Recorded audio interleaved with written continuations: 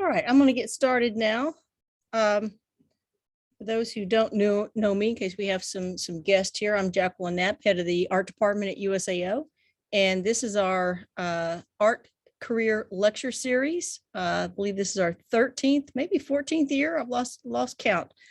We have two wonderful speakers today, Chad Eggar and JonCorea, and we're going to begin with Chad. I will make sure or ask everyone to remain muted. We will have a Q&A session at the end. So as we go through the lectures, if you think of a question, you're going to type those questions in the chat. And at the end, I will be reading those questions. That way we don't have people, over talking each other with trying to unmute.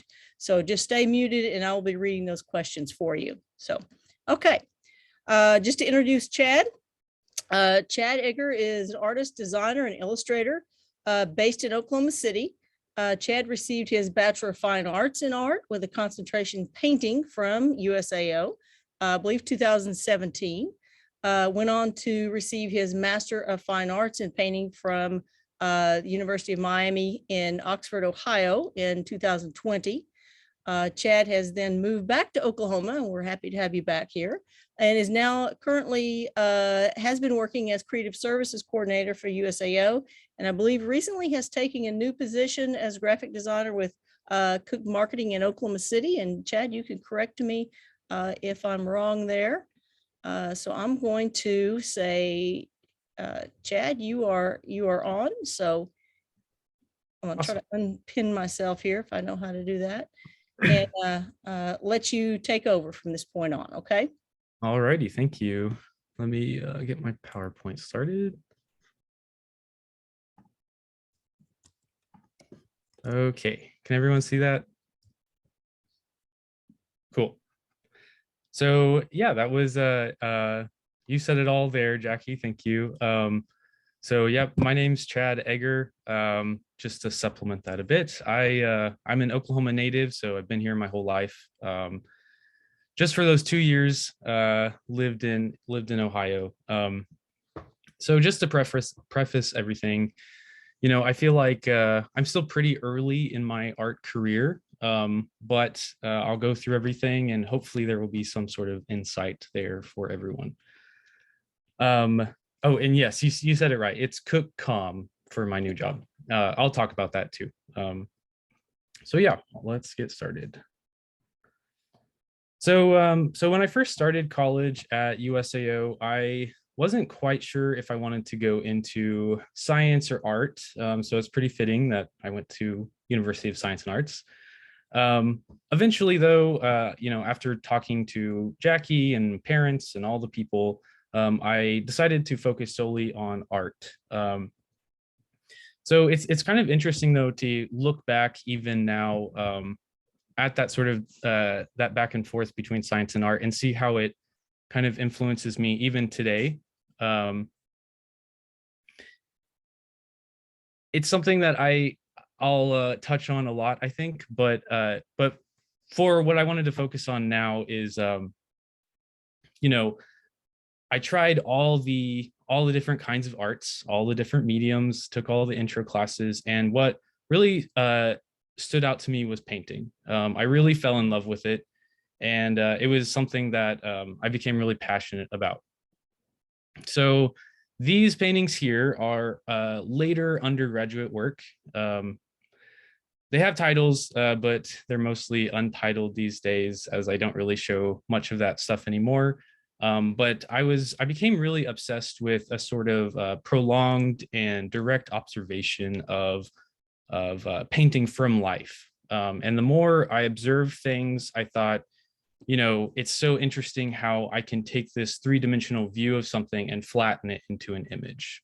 So that was sort of where the science came in. And I was deeply interested in sort of how the brain can do that sort of processing and things like that. I sort of focused a lot on the science and technique as far as like painting goes. so overall, I'm really proud of the work that I made during this time. But looking back at it, I do feel like there's a bit of an emotional staleness to it, or maybe a sterileness to it. And I do think a lot of that comes from being so focused on science as an influence, and so focused on those concepts of perception and things like that. And not that there's anything wrong with that. I think that's a totally viable way to go, right? But for me, moving forward, especially looking back now, I could see that I wanted something more, something else from it. I did think over time I felt a little bit limited in my expression, just kind of locking down, only working from observation. So moving to Oxford, Ohio for grad school in 2018. So yes, I graduated in 17, I took about an 8-month break and then went to grad school at Miami. My process in my painting stayed mostly the same, pretty similar. But like I said, I quickly decided that I wanted something more from my art practice. I eventually realized that painting in the way that I was doing, focused on that observation so tightly, was sort of a way for me to hide myself behind sort of a logical or methodological approach to things. And I don't know, I feel a bit silly saying it now, but I struggled a lot with like expressing myself through my art. That was just something that I never really was super comfortable with, and talking about like feelings and emotions, but it's something that I wanted to do. So I was really caught up in like creating something that was conceptually meaningful and wrapped up in philosophical ideas and things like that. Which again is not a wrong way, just something that didn't felt right over time. So in an effort to move away from that, I began to let go of working from direct observation pretty slowly. So with these 3 works, there's some other stuff to this too, but I began to work from photographs as references. So these 3 specific works, and then there's I think 3 others that are similar to this. I don't have many of them anymore. But I was specifically looking at kind of these memorable times that I had taken photos of, different places in time, different places in space, that were meaningful to me, and thinking a lot about how I had been displaced from everyone that I knew, including my partner, Ethan. Him and I went to grad school at the same time. And so he moved to DC, I went to Ohio. So we were apart for that time. And with these works, I was really like trying to put together this almost imaginary space where places in time and space were all mushed together, and maybe there was a happier medium there. So yeah, overall, I was really diving into some new territory. Depicting work from photographs was not really something I had done before. Obviously, these are still fairly illusionistic in how they depict space, but I was starting to kind of incorporate those ideas from of memory and meaningful moments. So yeah, later graduate work came a pretty large shift in my mentality and my whole art practice. Even those constructed spaces felt really limiting to what I wanted to express. So I got rid of any reference, anything that was physical, and I started depicting reality solely from memory. And I feel like my work expanded immensely during this time, especially in terms of color and just like a personal feeling about it. I did retain like a sort of illusionism, but it wasn't really grounded in reality anymore. It was sort of, dreamlike and exaggerated. Things are warped in space. I started to depict things how they seem to be rather than how they look to be. And I don't know. I was looking back at this work, preparing for this, and it was kind of funny to me because this piece, Night Spiral, was the first time that I had like done something like this, and it was just on a whim. I was about to leave for a trip the next day, and I was really frustrated with my art practice in grad school, something that happened a lot. And I just sort of attacked this paper with pastels I had laying around. And this is what came out of it. And yeah, it was kind of the first time that making something felt completely honest to myself, which is a big thing to say after doing it for so long, I guess. So within these works, and I have a few more to show. Visual metaphors and symbols like a spiral became really important to me. The spiral, was a simultaneous inward and outward movement. And I really liked how that connected to sort of like an inward anxiety about things, but also, in thinking back to a memory, sort of that outward progression, looking at the space surrounding me. So I also had another pretty big change in how I called myself or how I talked about my art. Previously I had really focused on painting, drawing, and things like that. So I would say, I'm a painter, I'm a drawer, whatever it is at the time. I started to move away from that, and yeah, it's a bit semantics, but it was like really important for me to define it. So I started saying, I'm an image maker, which doesn't really roll off the tongue. But it felt like, that was more representative of what I wanted to do. I was focused on making the image in any way possible, at all costs, right? There was no holding back. So yeah, so here's a bit more of my later graduate work, and you can kind of see how different and saturated it is from earlier stuff. So when working from memory, I felt like I needed to explore the space in my mind. So what did I remember being there? And if I remembered it in a significant way, then, I would depict it larger in the actual image, right? Things like that. And another symbol or maybe visual metaphor became like the moon or celestial bodies in the sky. You can see a lot of that in my work from this time. And it was sort of something that I started to realize as I was making these is, they're a bit sad. Like there's some sorrow to the images I made, but they're also very whimsical. So I was kind of thinking like, here I am feeling all these feelings and emotional things, but also there's all this crazy stuff in the universe, like the moon and even beyond that. And how silly of me to feel like, that's important when all this other stuff is going on, right? So it's just sort of like a reminder and something that I kept thinking back to whenever I would start a new work.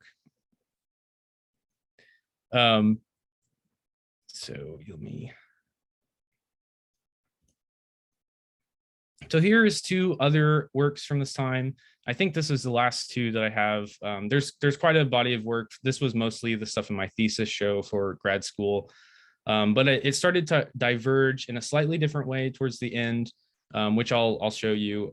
But this was another big thing. The painting on the left, or the image on the left rather, breakfast. I started to think about how I could not only work from my memories, but sort of work in a way that was emulating other people's memories. So we kind of get to know people and you can kind of emulate what they think. Like you can have conversations with your friends because you know them so well. So I would think back to these times where I knew that they were, alone or doing this thing or whatever it was, and try to put myself into that, memory space. Okay, so now I wanted to talk about the second huge change to my practice, and it has to do with that active searching and active working from memory. I was really obsessed with the process of exploring that space. So while drawing or painting, I would be almost discovering the image that I was creating. So things would get really messy. It'd be, I'd have to tear things apart, glue them together, put paper over it, paint over whole pieces, things like that. So I kind of came up with a solution that worked good for me. So literally I would pull up a canvas or paper, put it on my wall, and I would have a projector projecting onto that canvas, and I would connect the projector to my laptop, and I would work on Photoshop digitally so that I could project the image on the canvas and work out all the craziness. That way I didn't have to actually do it in physical space, right? I could take advantage of the computer's ability to copy, paste, undo all those things. And so that was a huge turning point, because not only did it kind of speed up that process and get me more in tune with what I wanted to do, it also introduced me to the digital space and making artwork there. So it's something I'll mention a bit more in a minute, but kind of putting more weight to that digital space was a huge turning point for me. It's not necessarily how I ended my thesis show. I still had traditional work, still had physical work, but it was sort of a seed that came up, especially getting started in graphic design stuff as well. So this is a photo of a wall in my studio. I had many of these like bulletin boards up, and I just wanted to show this so you could kind of see like the process I went through of kind of detailing those memories. So I drew all the time. I mean, I would take my sketchbook everywhere I went, and as soon as something popped in my head, I would just kind of put it out there, whether it's through pastels, pens, whatever I had laying around. So this sort of setup, though, became pretty integral to my end process, which I will show you here. So rather than reworking these memories more and more and more until they became like finished images, I started to think, well, why not just, use the initial drawing, right? And so I did a similar process where I would project the sketch onto a picture of the sketchbook onto a 12 by 12 canvas, and I would, draw the sketch out or paint the sketch, whatever it was. It's really hard to tell, but in these, there's like a thickness to them. So if you kind of think, I drew a lot of inspiration from like, kind of carving into rock. These were like my cave paintings, I guess. So yeah, it's hard to see digitally, but there is like if you rub your finger over it, it'd be all bumpy. And there's kind of like a carving into the space. So after grad school, or rather right before I graduated, pretty close to the height of the pandemic, and we all kind of know what that was like. It was really, really hard to find a job during that time, and I was really afraid that wasn't going to work out. So lucky it did. There was a position that came up at USAO for a graphic designer, and I applied, got the position. I started working remotely kind of before I graduated grad school, and then right when I got back to Oklahoma, went to the school to work. So I'll talk about my work at USAO in a sec, but just to kind of show you how my art practice changed moving back. So I got into that digital space. Not having a studio anymore really forced my hand into, how am I going to create artwork anymore when I have to work in a 3-foot part of my room, right? So I started working solely digitally. I got rid of the projector, the actual canvas, and everything like that. And I started to make work that was just solely digital. I started to incorporate things from graphic design, like typography, into some of my work.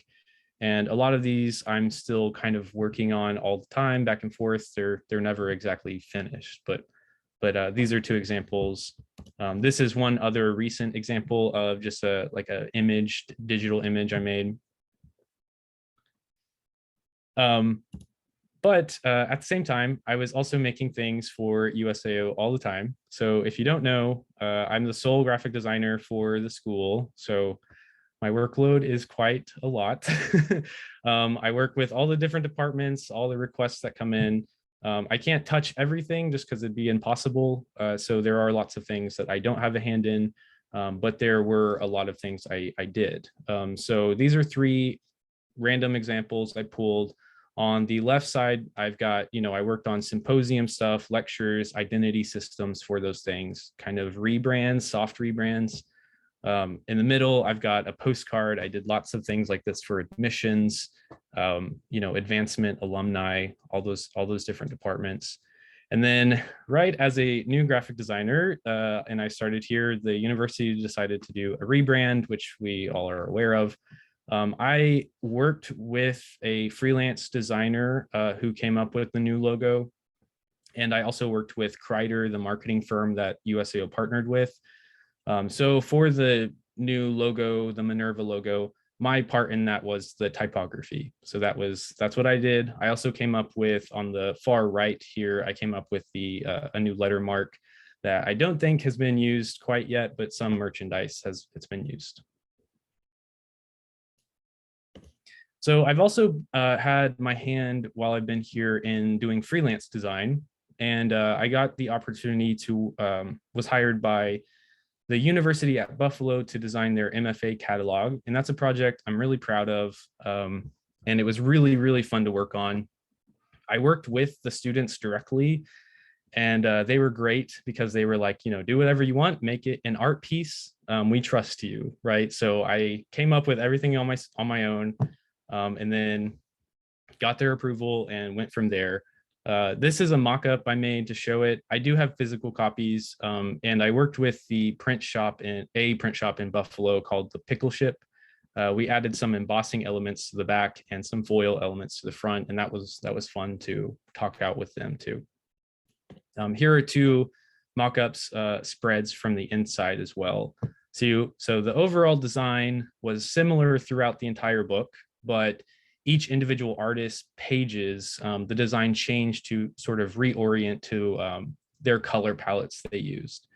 So that was kind of cool. It was a bit modular in that way.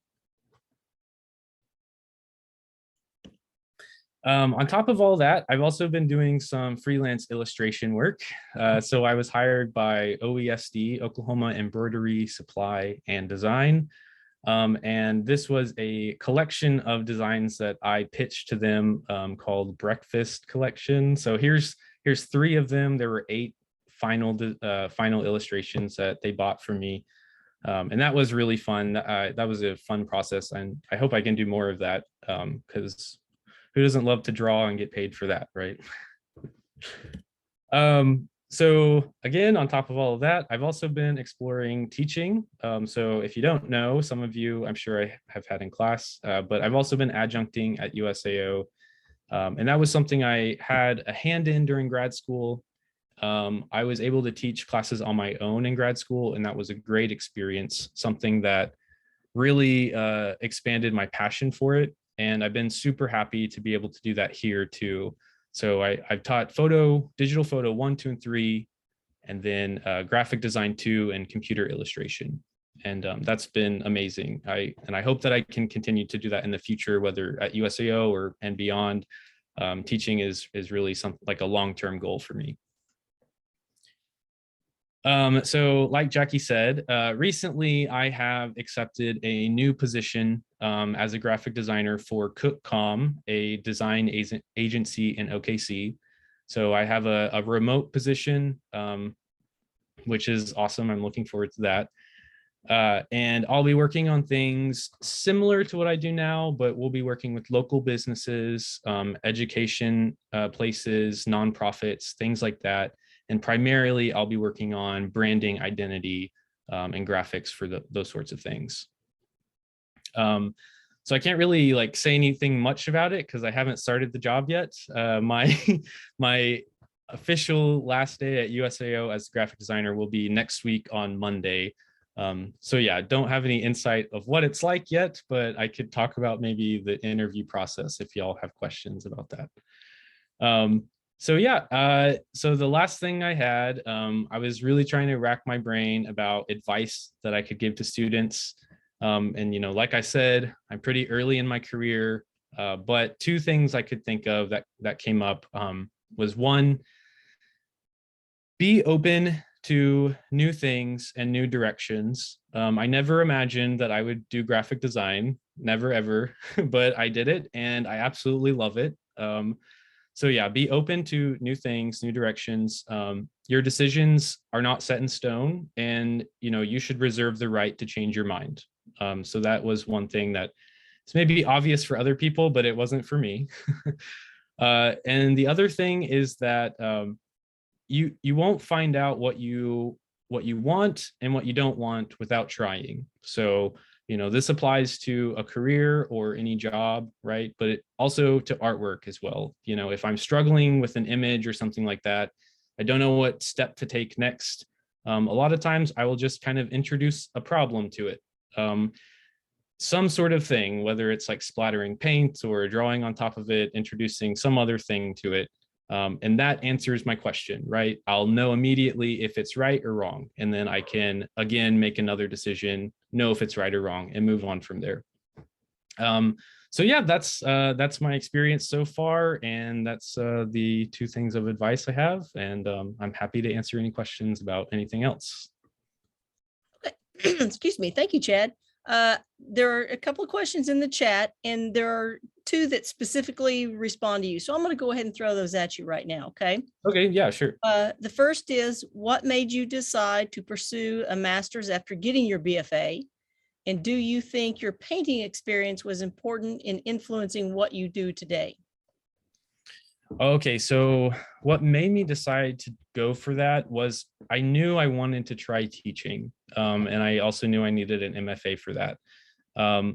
Other than that, I knew, artwork became like my whole life, right? Making art, and I knew that's what I wanted to do. So that was kind of the just next logical step.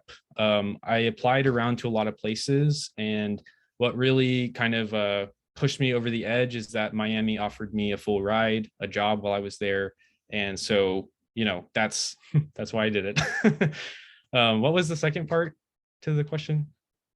Do you think your painting experience was important in influencing what you do today with your graphic? Oh, yeah. Yeah, totally, totally.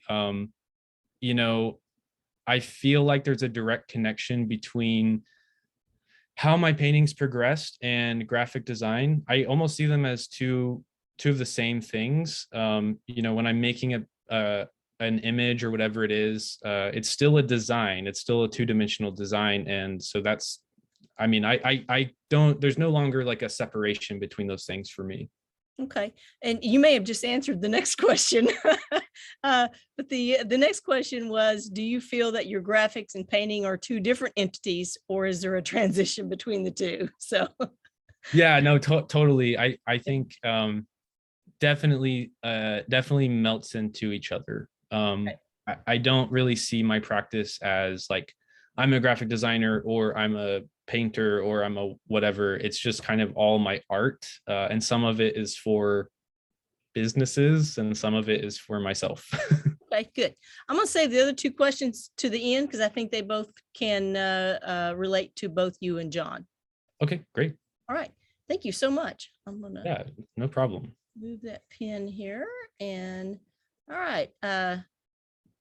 Go up here. Sorry for just a second. Takes me a minute to move some things around and introduce JonCorea, our second speaker today. John, also Oklahoma-based artist, is a public school art teacher at a rural community where he grew up. He studied at the University of Science and Arts, earning a BFA in art and concentration in painting as well, and also earned his teacher certification in teaching in the state of Oklahoma pre-K through 12th grade. He has a love for creating art and a passion for teaching others about the production and importance of art. John has a foundation in painting, but also explores all media. Along with being a public school teacher, he also owns and operates Pino's Palette, a wine and paint studio in Norman, just down the road. His business is just another avenue that creates opportunities to share the gift of art to all aspiring artists. So John, let me get you set up here. And you can share your screen when you're ready. All right. Well, thank you guys so much. I've been really excited about this. I love sharing what I do with others. I love being an educator, not only with my high school students, but with whoever will listen to me, really. So I'm going to share my content here.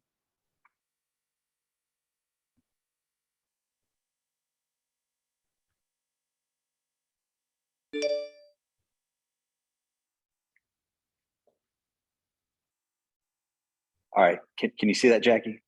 I can, yes.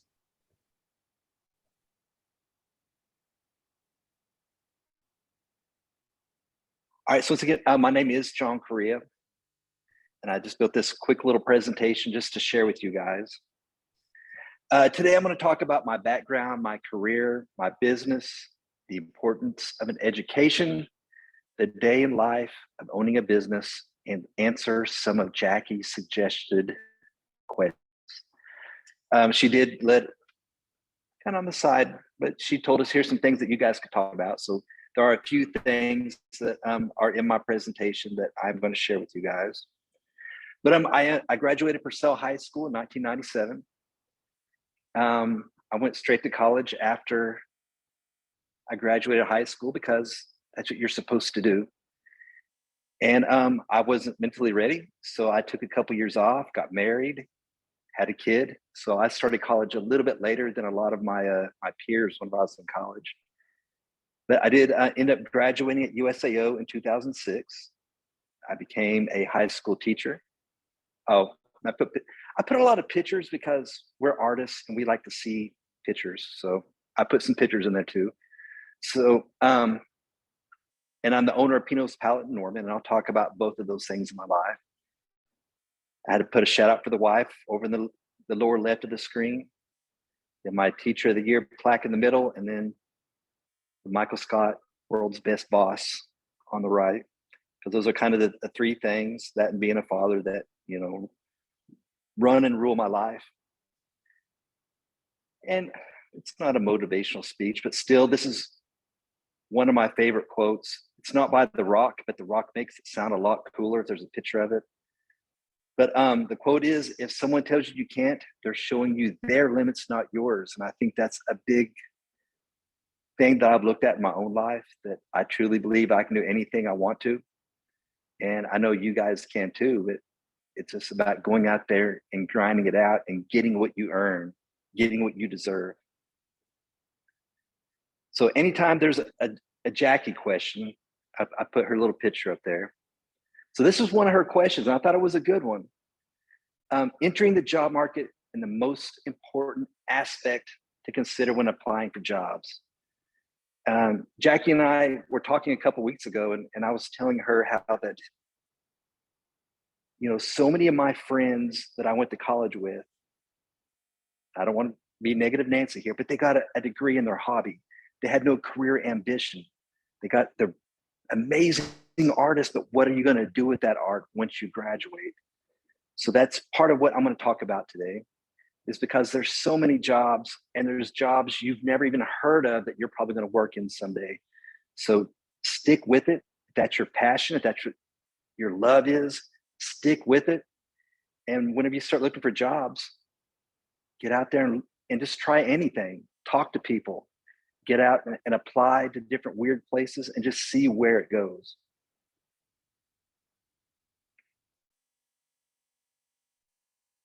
So this might be a little controversial, but I tie it back in later. Oops. How do I go back? Oh, goodness.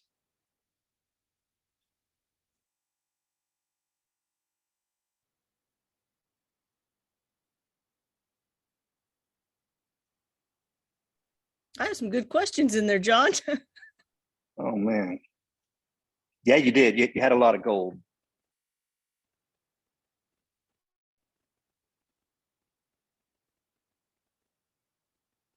Which college or which university? No, it's not. There's no need even to have a college degree Oh, well, okay. at all, or even high school.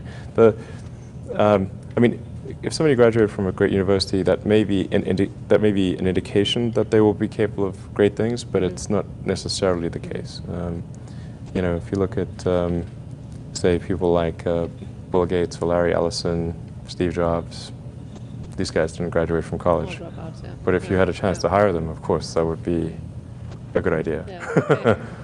So, you know, just looking just for evidence of exceptional ability. And if there's a track record of exceptional achievement, then it's likely that that will continue into the future. All right, so again, Jackie, don't kill me. it's a soundbite from a brilliant man. I don't agree with him, but a lot of that has to do with my own expectations for myself. So Jackie asked, what were your plans and goals after graduating USAO? First of all, going to college, it was a goal. It's something I wanted to do.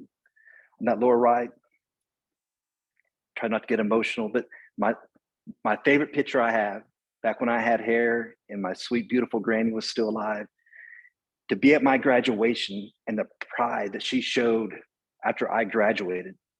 I was the screw up of all the grandkids, and I did it and I achieved it. So it was a goal for me to graduate college. So that was my number one goal, is just to get through college, get an education.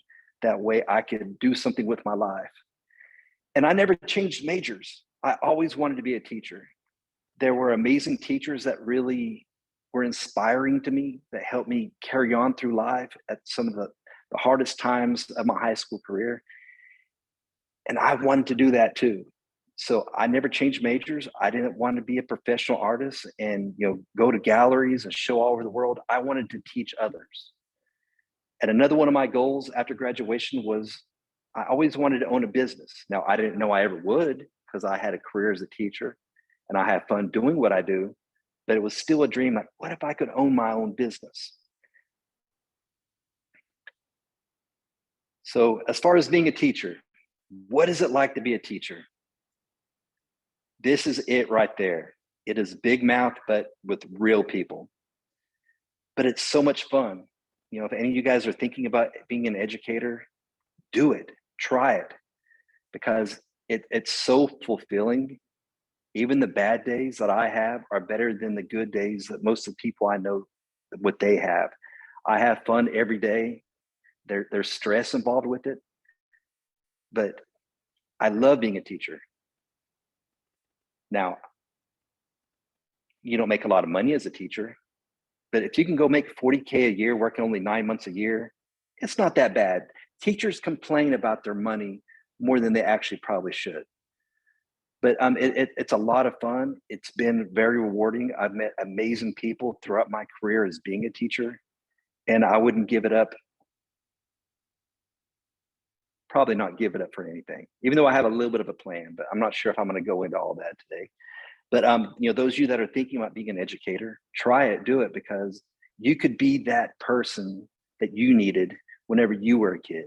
You could be that one person that may be able to reach some little snot-nosed little kid that nobody else would be able to. And it's cool to be the art teacher. I'm not grading papers every night. It's really a lot of fun, and I spend more time working with my students than I actually do teaching them new concepts and ideas.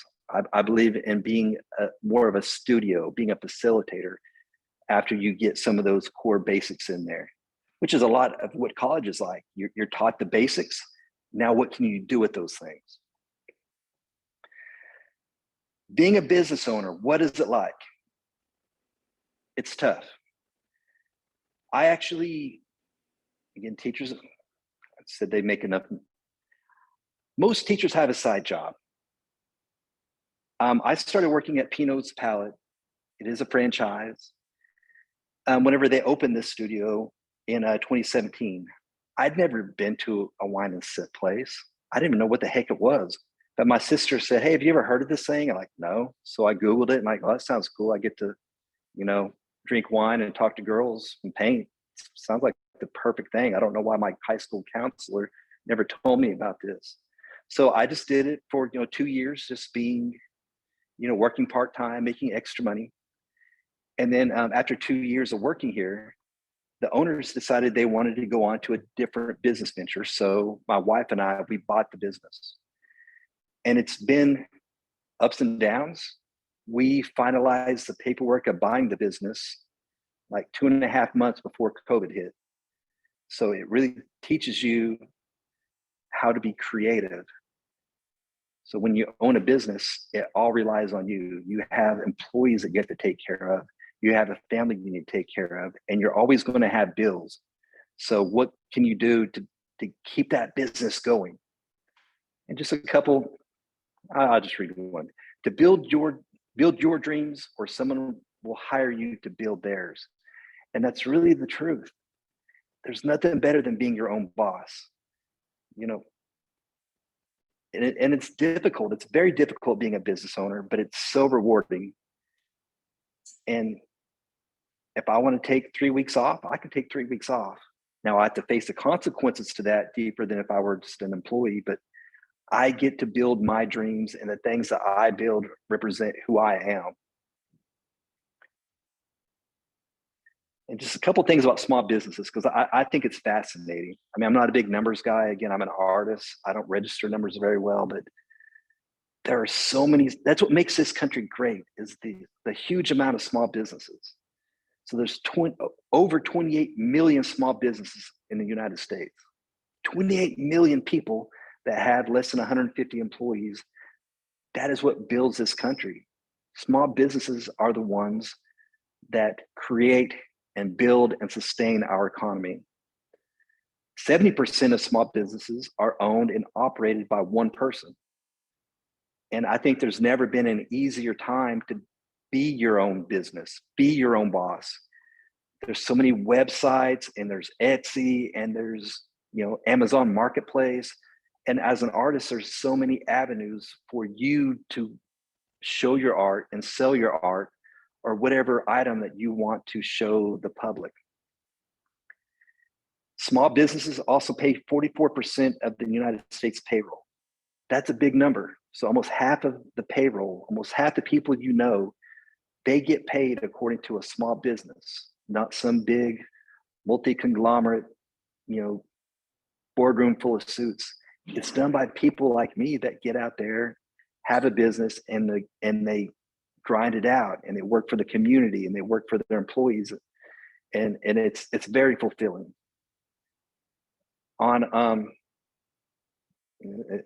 You start off big and you end up small, but you know, half of businesses survive.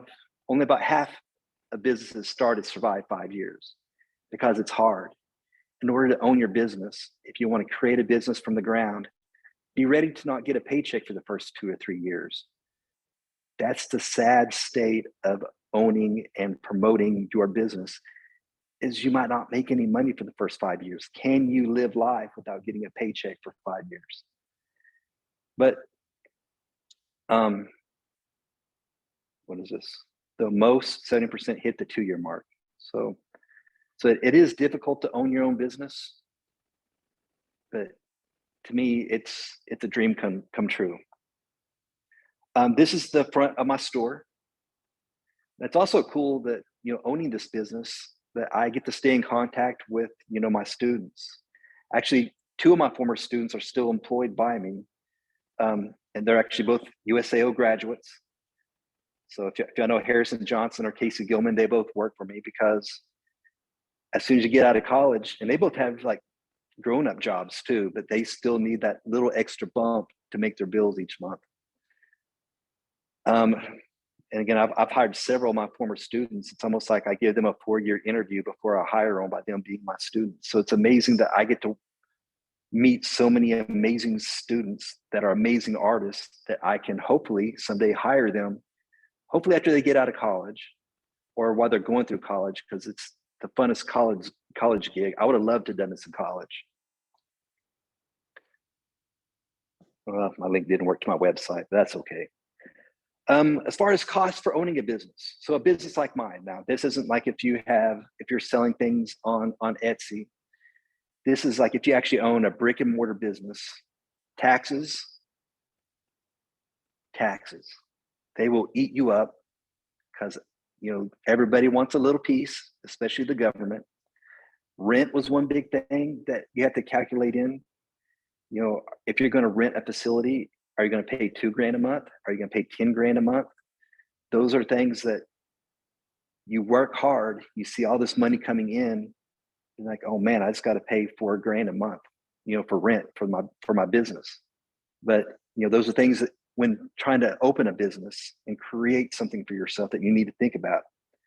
Insurance, you got to have it, especially if you have a business loan. It's required for you to have insurance on your business. We sell a lot of, you know, wine and beer out of my place. So if something happens, somebody, I didn't want to think about the worst case scenario, but if something happens, when my employees fall, that's a cost out of my pocket that I have to pay to own my business. Goods. In order to have a business, you have to have things to sell. So if I should have said this, I'll throw it out there now. So I sell my classes $37 per painter. Depending on the month, my numbers change depending on how many people come in, but still, just in supplies, it's going to cost me $5 to $6 per painter to come in. As far as my average of what goes to my rent, it's going to be anywhere from $6 to $10 of each person that comes in my door. $6 to $10 of what they spend go just to my rent. Owning a business too, you got to pay the utilities, the electricity, the internet, you know, your phone, things like that. If you have to borrow money, which most people have to borrow money, but if you can take that money to make more money off of it, then it's definitely a good thing to do. So part of owning a business is paying your monthly loan. This is a franchise, so 8% of the money that I make, that I work for, 8% of that money goes to the corporate bigwigs. Now I can do 95% of what I want to here, and they're still going to take 8% of what I do because that's part of being in a franchise, which I could give an hour-long sermon on franchises versus corporate-owned things. That's another day. Advertising, you know, is it worth spending $1,000 this month in advertising because I might get $4,000 of more people coming in? So advertising is big. If nobody knows about your business, nobody's going to come. Word of mouth is great, but if you can go past just the word of mouth of your normal customers, spending a little bit of money on advertising is usually pretty good. And it just depends on what your return on your investment will be according to how many people come in, where you're advertising, and how you're doing it. Another cost of owning a business that I never calculated in whenever I was buying this place was donations. You know, I love helping the community. I love donating things to my school if it's going to help make money for another person for a better cause. But each time you donate goods to a place that you believe in, you have to either think of it's just a loss, or if I donate $37 for a free class, are they going to bring two of their friends with them? And then payroll. Payroll is another big cost that I have with owning a business. Now, if you're your own boss and you're your only employee, all the payroll goes to you. But you know, I currently have 7 different artists that work for me, and they all rely on getting their paycheck. I can go without a paycheck, but it's illegal for me to not give them theirs. So those are, you know, one of the top priorities is I always want my staff to be paid. And what does my normal day or my week look like? Hashtag, you can't have $1 million dream with a minimum, or you can't have $1 million dream with the minimum wage work ethic. You have to get out there and you have to work. I work, again, I'm a high school teacher. I work full-time as a teacher. I go straight to the studio to take care of paperwork and prepare for the night. I maybe get 1 day off every 2 months, but still, even on those days I have the day off, I still wake up and the first thing, I don't even get out of bed until I look at my phone to see if I got more sales for my business. I wake up at 6:30 in the morning. I'm still in bed. The dog is laying next to me. I pull up my phone, I check my email, and I check if I got any sales overnight. I check my email probably 100 times a day for my business. I'm always checking because missing out on that email might be the thing that costs me from getting that next big sale that's going to help us get into that next month. So I probably work at least 90 hours a week, but it's like work in quotation marks because it's fun. Like I get to make art, and I get to like meet young artists. So owning your own business, just be ready to cut vacation short. Be ready to when you're taking an all-inclusive vacation to Jamaica, you're still answering phone calls, because even though you're away, can you keep your business running? So owning your own business, it all stops with you. And your employees see how you work. I clean the bathroom almost every night. I thought when I graduated college and I quit, working at Michael's part-time, that like I would never clean another public bathroom for the rest of my life. But I still do it every day because that's part of my work ethic, that in order for my employees to see how I work and what I want, I need to show them what my expectation is. So back to Mr. Musk. Is it worth getting a degree? I would hashtag heck yes. And a degree basically is just a piece of paper saying you went to a bunch of classes, but there's so much more added to that. College teaches you much more than what you're going to learn in your composition class or your college algebra class. First of all, it teaches long-term goal making. There's so many kids that have all the potential in the world, the smartest kids that did not make a long-term goal to graduate. So it shows your employers, even if you don't need a degree for that job, it still shows them that you know how to create a long-term goal, and you go after there and you get it. Another thing you might not think about, is it worth getting a degree? But it is easier to get a loan from a bank. You're much more likely to get approved for a loan if they see that you have grinded it out and you had your education, because it shows that you fulfilled a commitment that you made to yourselves and others, that you went out and you completed that degree. You completed that ambition that you started on. College teaches critical thinking, especially USAO, because the interdisciplinary stuff, I think it's so cool. It's not just one-sided thinking. There's a very broad approach to the style that they give. College also teaches practical math and English.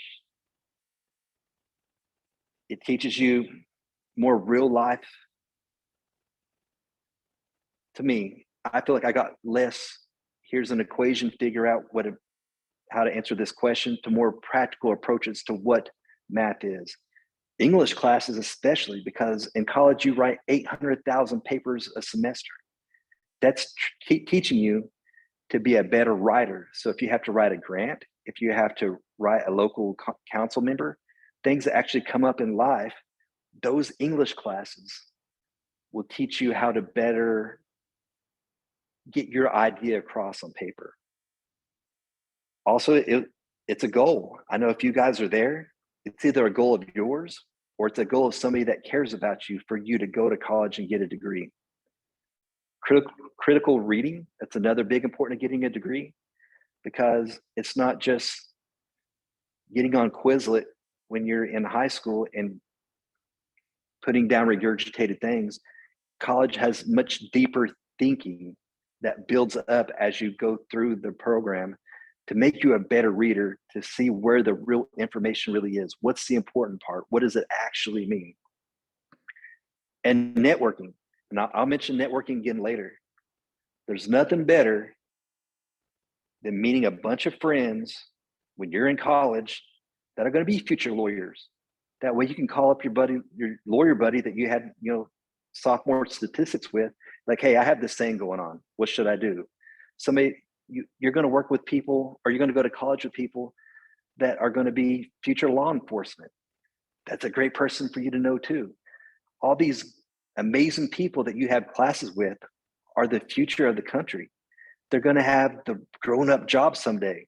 So if you need questions about, how to set up the network on your computer system, there's probably somebody you're in college with right now that's going to do that someday.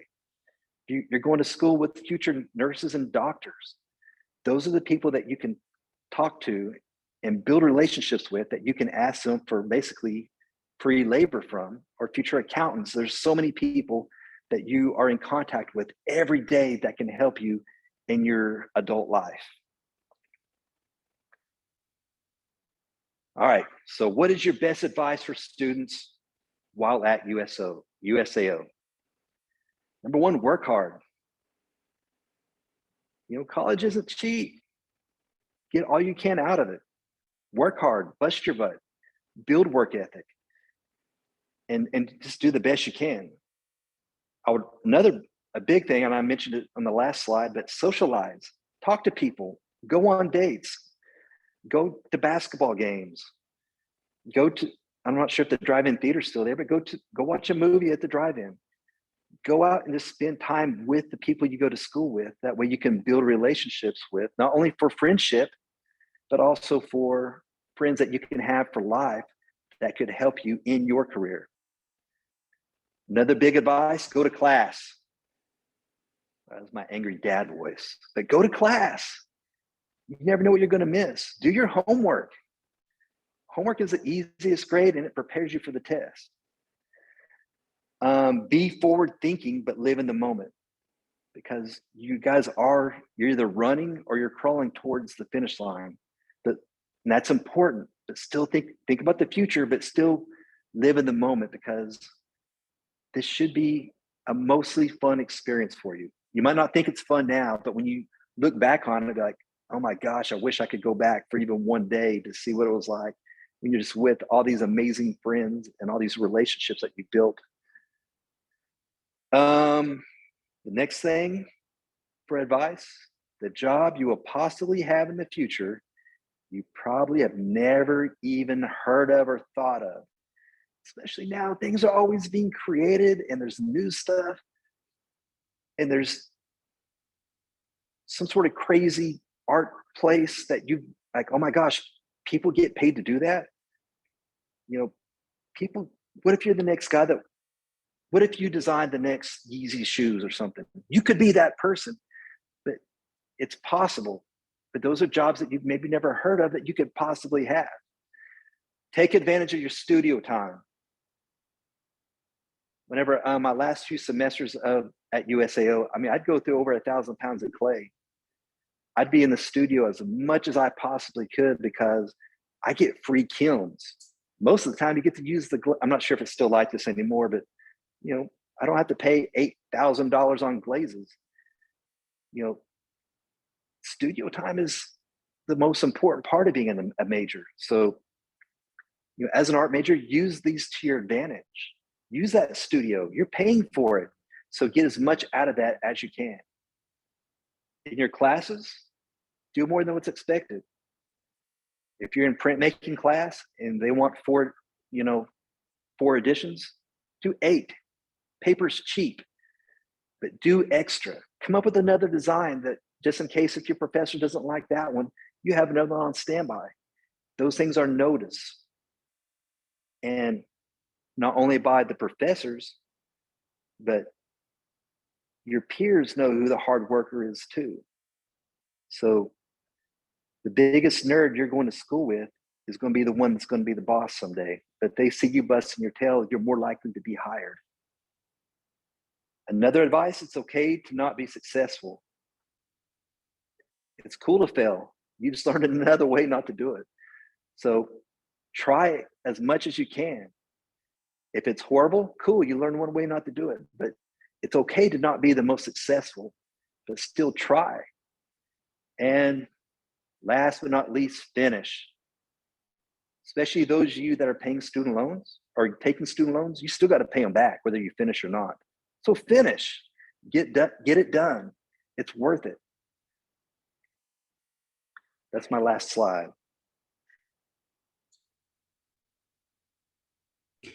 All right, thank you, John. Very good advice. I'm glad I asked you that question. All right, here, I'm going to go back and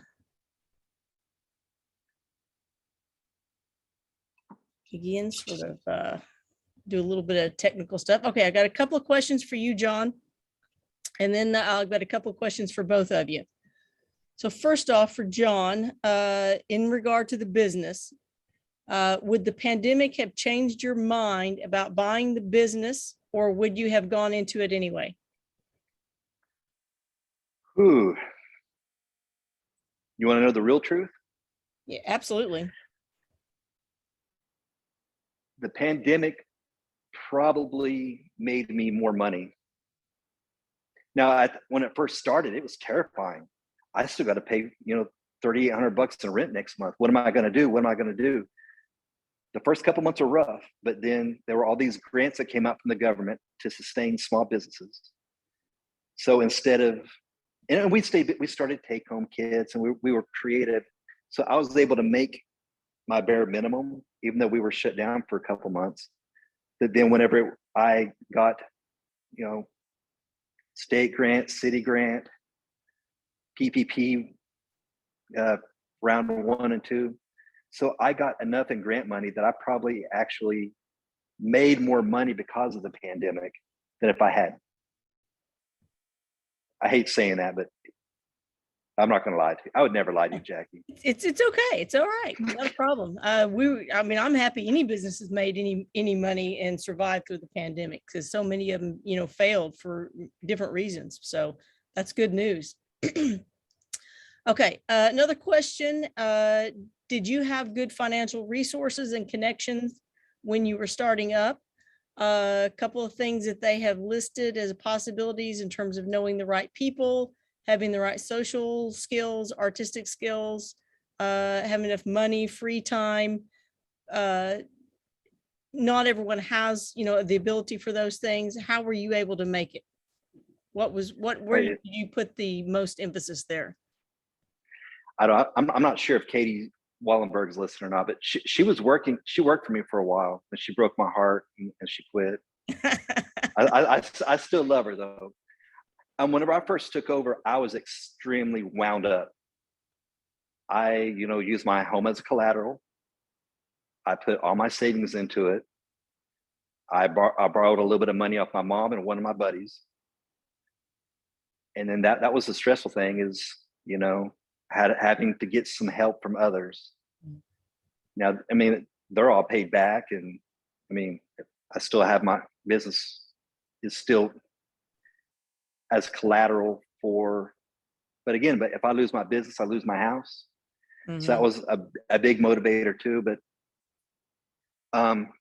forgot the question. I was getting on pity party, but yeah, I mean, I did get some help. I mean, I have excellent credit rating, but the problem with owning this is I'm buying the business, not the building. So if you foreclose on your loan, they take paintings and the POS and whatever beers in the fridge. Mm-hmm. And that's not good collateral for the bank. So that's why I had to put a substantial amount of money as my deposit, as well as use my home as collateral. Okay, that's good. That's good. I appreciate your honesty there, because that would be a scary thing. But for me, I know I made a leap of faith earlier in my career that not exactly the same, but I had to cut a lot of things out in order to follow my dreams. And I think that's important, that you have to take those risks. So very good. Okay, Lane had asked a question earlier, and I'm going to let John, you go first, and then Chad, I'll let you chime in. What artists, artworks, or art movements do you feel had the greatest influences on your work, or even where you are today? I say, as far as personally, I know I took great influence whenever I was in college from Paul Soldner. I love ceramics. I love the sculptural abstraction that he did. So he was a big influence to me. I love George O'Keeffe. I did tons of flowers whenever I was in college. But also as a teacher, I'm a novice of all, but a master of none. So, you know, and I didn't work with a lot of acrylics, which is what we use here. Whenever I was in college, I used, you know, mostly oils. But I don't know, man. What was it Andy Warhol said about the modern artists? Yeah, man, I like them all. Like them all. Good. Good. All right, Chad. So I saw the question, so I typed out a list of people. So I'll put that in the chat. So yeah, I commented that in case you want to look up any of those people. But those first 4 people are probably the biggest influences on my most recent work. Catherine Bradford, Ashley Norwood Cooper, David Park, and Louis Fertino. They're all alive and still making paintings, still making images. but yeah, those are the four biggest, and then all those other people are also really big influences. But I could go on for forever. I understand. That's a tough question to answer. Yeah. Okay, I do have one more question for John. So, John, when you started your business, did you reach out to guidance such as Oklahoma Small Business Workshops? Do you look up any business owners or entrepreneurs, retreats, events, conferences to attend to help build your business knowledge and a better idea of the future? Yeah, I mean, I did a lot of that. Of course, you know, when buying somebody else's business, you spend a lot of time reading and researching.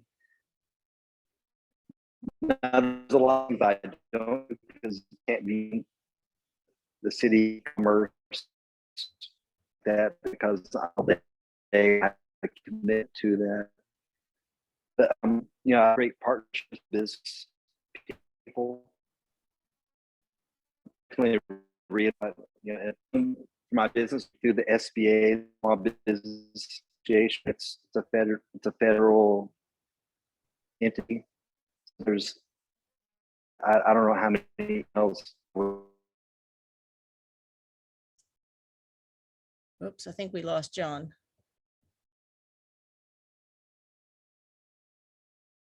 Yeah. Okay, maybe he'll pop back in just a second. Looks like he's having some Wi-Fi issues. Let's see here. I do have a comment from Jerry agreeing on John's comments. Once you graduate, you will realize how much you miss being with your peers and having that time to create. You know, take advantage of that now. And that is very, very important. Absolutely. So I'm going to see if he'll come back in. If not, we'll go ahead and end this. But I want to thank both John and Chad. And I don't see any other questions here. So we're going to, I see David Park is not alive. Sorry about that. Sorry for David. But thank you both for joining us. And I know it takes a lot of preparation to do this. And I know there's a little bit of a stress involved, even though if it's on Zoom. So I just want to thank both of you. I think you both brought wonderful, wonderful information. And I thank you from the bottom of my heart. Oh, here comes John back again. John, if you don't mind, your Wi-Fi kind of popped out. You're still muted, John. I had a very Forrest Gump moment. I was profound and engaging. So sorry. And we didn't motivating. get any of that, by the way. Can you rehash that? Sorry. But yes, yeah, I did a lot of reading, and I still do a lot of reading. But mostly for me, it's building partnerships with local businesses, because you find out a lot with building relationships with other businesses, what's working for them and what they're getting and what help they're getting, or what's working for them as far as the community and, you know, the state of the culture of our customers or potential customers. Good. Awesome. Like I was saying before, thank you both for joining us today and speaking about your current lives. We certainly look forward to hearing from you in the future, and maybe, you know, in a few years we can invite you back to see where Chad is. Maybe you've landed in even a different spot. I don't know. I know how graphic designers work. So, but anyway, would love to touch base with you and to see how things are going with you. Maybe I'll have to take a trip over to Norman and have a glass of wine with you, John. Absolutely. And actually, while Chad was talking, I had a wine rep here. So like, I actually had a couple samples of like stuff you wanted me to try and buy. So there's perks to the job. Awesome. I like those kind of perks. All right. Well, thank everyone. Again, this is being recorded and will be uploaded to YouTube, so you can go back and rewatch if you came in late. I know some people had classes or work or whatever. So anyway, thank you both. I appreciate it. You guys, everyone have a really good evening. Thanks, guys. Thank you.